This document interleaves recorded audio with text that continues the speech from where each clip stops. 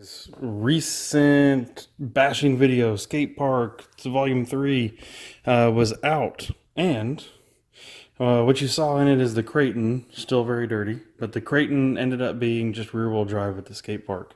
Turns out the center diff locker that I had in it died a miserable death. It looks like the pin broke that holds the locker in, that attaches it to the front output cup. That's what it's supposed to look like on the rear, if this will focus for me.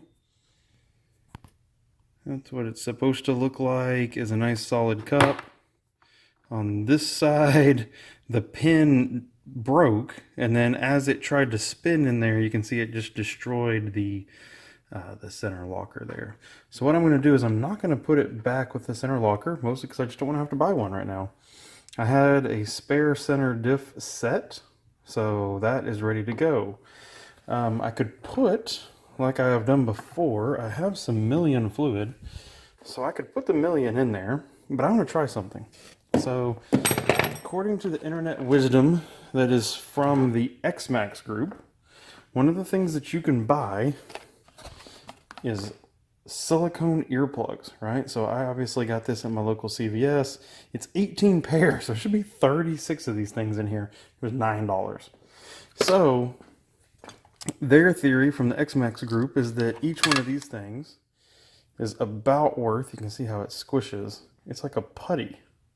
And you're supposed to use it. It's cleaning my hands, which is nice. Basically, you take pieces of this and you shove it in there, and it's about the equivalent of like a 20 million diff fluid. So we're gonna shove it in there and see what happens. All right, so this stuff is crazy. It's trying to focus in here. You can see I've only taken about half of one so far. I took this first gear set out and I've been just shoving it in here to try to see what happens. You can, I don't know if it'll focus in. You can see, like, I mean, it just mashes into the gears. It's just a putty, right? It's just a thick putty at the end of the day is all it is. Some kind of big, thick silicone. I'm going to keep mashing. I'm going to see, it looks like basically I'm going to use one of these 36 that I just bought in this center diff. So that, I just shoved that back in there.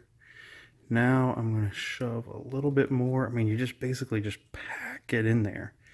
And it's like a solid putty. The whole concept of this is that it's basically like it's locked, but of course it's not quite. So if it really needed to move, it can some, but it's not going to very much. And so again, this, look at that, it's basically full, which of course is kind of a problem since that sun gear still needs to squish in there. But it's going to squish in and it's going to be full. So again, that is one of these earplugs in this whole thing. I'm going to tighten it up, squeeze it in there. Now what's funny is I have literally tried, I am one-handed filming, so I apologize, I can't show you, but I have tried and I physically cannot turn this. I cannot get the differential to move whatsoever. So for all intents and purposes, at this room temperature, it's probably 60 degrees in the garage right now, it's locked.